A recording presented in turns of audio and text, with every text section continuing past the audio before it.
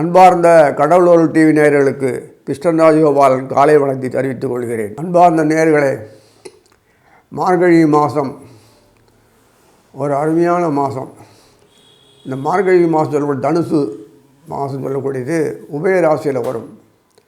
உபயராசி குருவோட இந்த மாதிரி இந்த உபயராசி குரு மீனமும் சரி குரு தான். அதே மாதிரி மிதுனத்துக்கும் அந்த கன்னிக்கும் புதன் தான். இந்த குருவும் புதனும் கடவுள் குரு செல்வம்.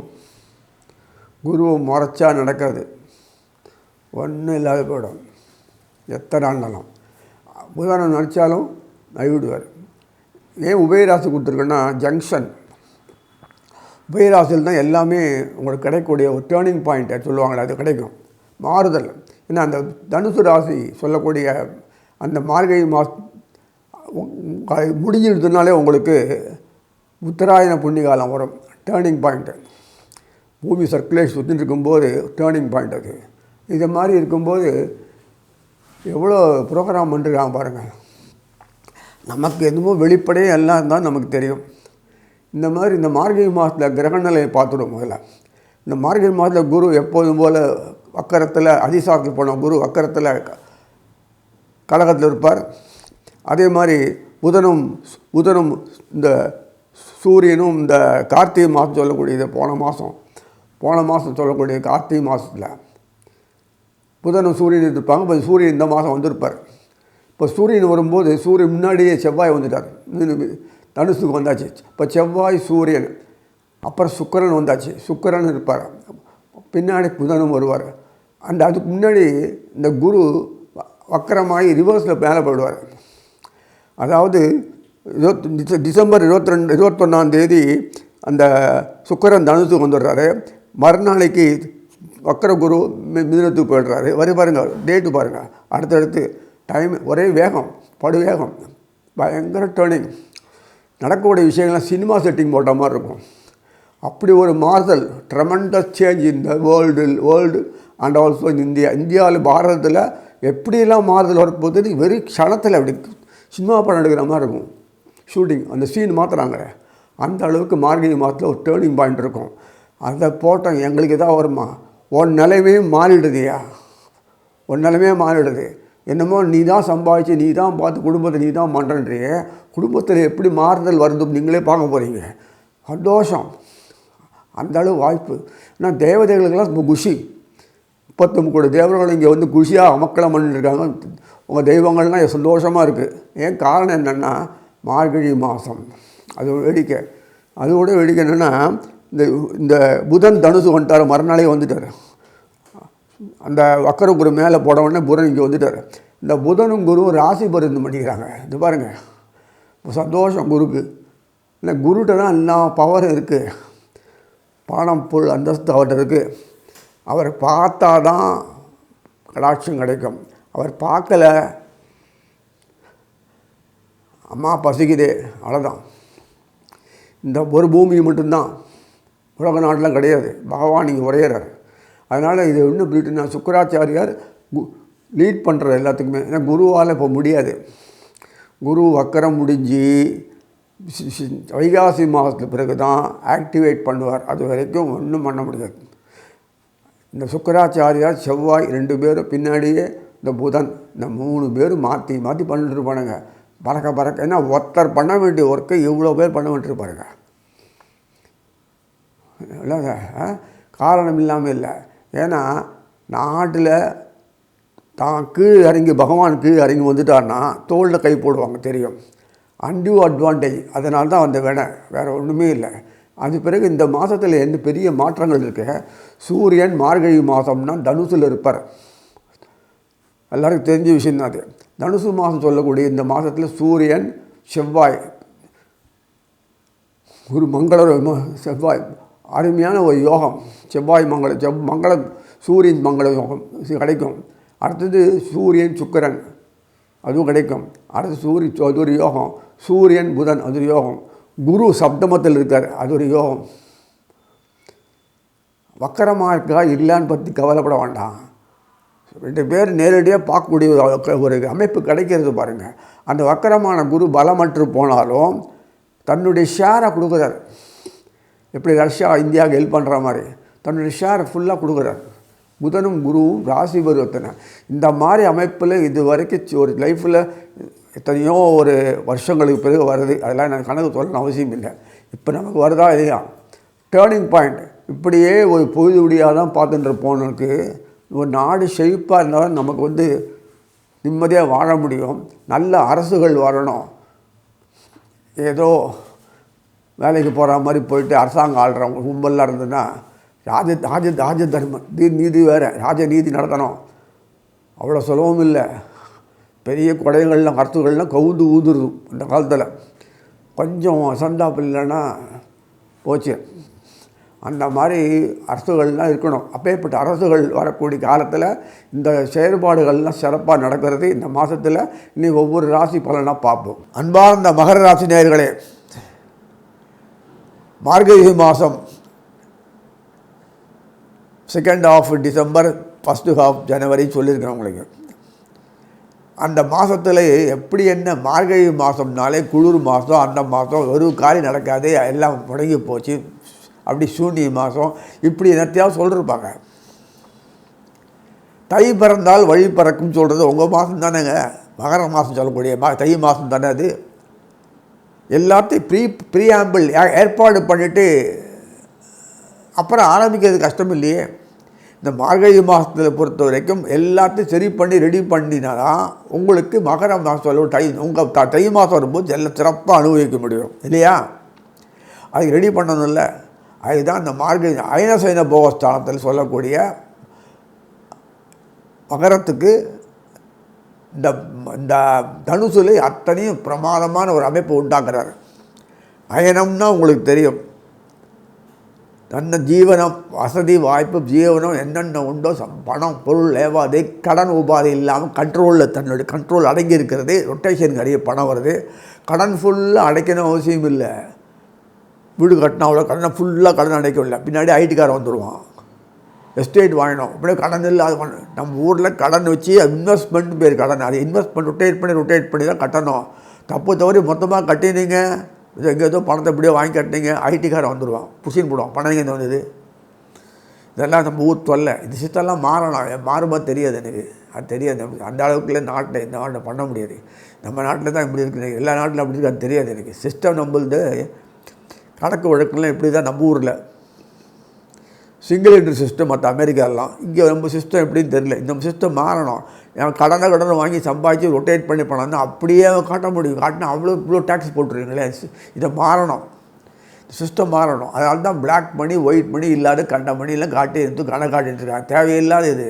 அவங்க நானே நன்மையும் டைரெக்டாக எல்லா பணம் டீல் பண்ணுறாங்க. ஏன் வைக்க மாட்டேன்றாங்க? அது நான் சொன்னால் பிரச்சனை ஆகிடும். இதை நிறுத்திக்கலாம். ஸோ எதுக்கு சொல்கிறேன்னா, மகரத்துக்கு அயனசைன போகத்தில் இப்போ சொல்லக்கூடிய இடத்துல குருவினுடைய பார்வை கிடைக்கிறது. குரு மேலே போய்டுற, மறுபடியும் மிதனத்துக்கு போய்டுறார் ரிவர்ஸில். வக்கரமாக இருந்தாலும் அந்த புதன் குருவும் ராசி பொருத்த பண்ணினால மறுபடியும் பணம் பலம் வந்துடுது.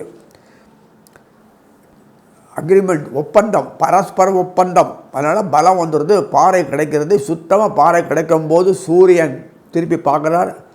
புதன் குரு சூரியன், புதன் சூரியன் சுக்கிரன் சூரியன் வரும்போது சூரியன் செவ்வாய். அதே குருவினுடைய பார்வை சூரியன், குருவினுடைய பார்வை புதன், குருவினுடைய பார்வை செவ்வாய், குருவினுடைய பார்வை சுக்கிரன். இப்படிலாம் ஒரே சமயத்தில் கிடைக்கிது பாருங்கள்.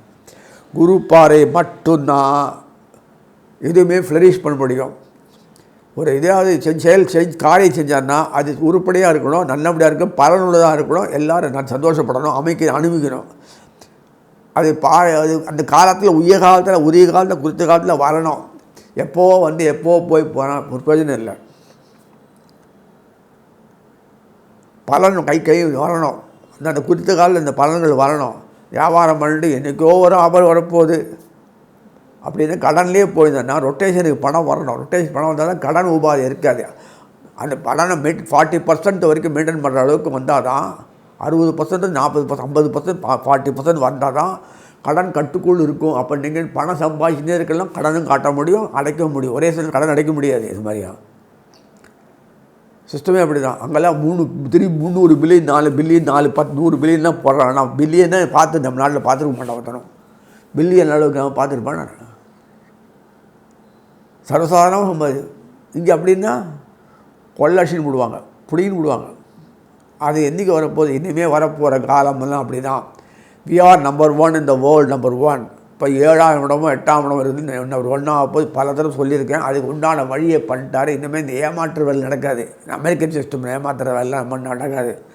நாடுகள்லாம் நிமிந்து நிற்கும். நிமிந்து நின்னான்னா எல்லா பயிலும் ஆயப்படம் நிற்கிறான். நின்றுட்டுருக்கலாம் தெரியாது. அப்படி தான் அமைப்பு வருது. போன மாதமே வந்திருக்கணும். இந்த மாதம் இன்னும் ஜாஸ்தியாகும். மார்கழி மாதத்தில் மகரத்தில் பொறுத்த வரைக்கும் தலையை நிமிராதபடியே அவன் வாட்டு இது போதும் சொல்லக்கூடிய அளவு தான் வாழ்க்கையை ஓட்டின்னு இருந்தாங்க. ஏன் அவனும் பெரிய லெவலில் வரலாமே? அப்புறம் யார் உழைக்கிறது? அவன் விட்டாதாரா பெரிய ஆளாயிட்டான்னா யார் உழைக்கக்கூடியது? அதுக்காக வேண்டி இப்படி காலத்தை ஓட்டி இந்த காலம் மாறி போய் இனிமேல் அவன் நம்பர் வேர்ல்டில் இவர் தேவைக்கு அவன் தான் அட்வைசராக சரி, ஆள் அவன் கீழே ஒர்க் பண்ணுறா சரி. அதனால் கான்ட்ராக்ட் பேஸில் ஒர்க்கில் எடுத்திங்கன்னா அவங்களுக்கு எல்லாம் உலகம் ஃபுல்லாக சம்பாதிக்கலாம். லேபர் இன்டென்சிவ் பீரியட் இருந்தாலுமே செயல்படக்கூடிய காரணகாரிய மார்க்கெட் நம்புவான். வேறு யாரும் கிடையாது உலகத்தில்.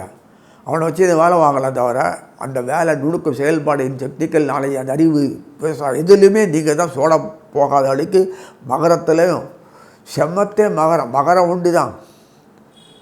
அது சூரியனுக்கு 6ஆம் வீடாக இருக்குது. சூரியனுக்கு சிம்மத்துக்கு 6ஆம் வீடு இருக்குனால நீங்களே புரிஞ்சுக்கலாம். இன்வெஸ்ட்மெண்ட் உங்களை வச்சுருந்தா இன்வெஸ்ட்மெண்ட்டு அவ்வளோ பணக்காரன் அமெரிக்கா இருக்கான அவனை சம்பாதிக்க எப்படி முட்டாளாக்கி மற்றவங்கள அமுக்கி அது மூலம்தான் பணக்காரனாக தவிர அவனுக்கு ஒரு அளவும் தெரியாது. பிஸ்னஸ் டாக்டிக் அவங்களை ஏமாற்றி மற்ற த்ரெட்டன் பண்ணி வரட்டி நாடுகளை அவனை அப்படியே பணத்தை பிடிங்கி அவனை அப்படியே அடிமைப்படுத்தி சம்பாதிச்சு அதுதான் வேணும் தான் அந்த அமெரிக்கா பணக்காரன். இது மாதிரிலாம் நம்ம வாழ முடியுமா? அந்த அறிவு நமக்கு கிடையாது. அப்படிலாம் வாழ வேண்டாம். வழியில் விஷயம் இருக்குது. அந்த விஷயத்துக்காக இந்தியன்ஸ் தான் அதிகமாக எடுத்துப்பாங்க. எப்படி இருக்கு போகிறேன் பச்சையாக சொல்கிறேன்னு. அவன் நாட்டுக்காரங்கன்னா வேலை கொடுத்துருப்போம். நாங்கள்லாம் ஷிப் பண்ணிக்கிறோம் வேலையை வேறு கண்ட்ரிக்கு போடுறோன்னு பெரிய பெரிய நிர்வாகங்கள்லாம் சொல்லிகிட்டு இருக்கான். எனக்கு தெரியாது இதெல்லாம். இதுக்கு சொல்கிறேன்னா அத்தைப்பட்ட அறிவு உள்ளவங்க நம்ம நாட்டிலையும் நம்ம ஒன்றாக்குறதுக்கு இந்தமே பயிலப்படுற இந்தமே you are industrialist. You are become an industrialist. பெரிய லெவல் ஆகிடுவீங்க. வெறுமனே டெக்னாலஜி நானே பண்ணுறேன் நானே செய்கிறேன்னு நீங்கள் ஒர்க்கராகவே இருந்தேன்னா ஒர்க்கராகவே இருங்க. முதலாளியாக அந்த செயல்படும் போது நீங்கள் பெரிய லெவல் தான். இத்தனோட ஒர்க் ஷாப் வச்சுது போதும் பணம் அவ்வளோ கிடையாது. இது வந்தால் போதும் அப்படின்னு நினைப்ப விட்டானா அப்போ எப்படி வியாபாரி பெரிய லெவல் ஆவீங்க, இண்டஸ்ட்ரியலிஸ்ட் ஆவீங்க. அதுக்கு முதற்கொண்டு எல்லாமே போடுற அளவு கூடையே இருந்து செய்யக்கூடிய காலம் வந்துடுச்சு. இனிமேல் நீங்கள் மேலே போகலாம். கடன் உபாதை இல்லாமல் ரொட்டேஷன் நிறைய பணம் வரும். இந்த மாதம் கொட்டும். நானா வகையில் எல்லாத்துலேயும் வரும். மகரத்துடன் சம்பந்தப்பட்ட சப்தமாதிபதியே சந்திரன் தான்.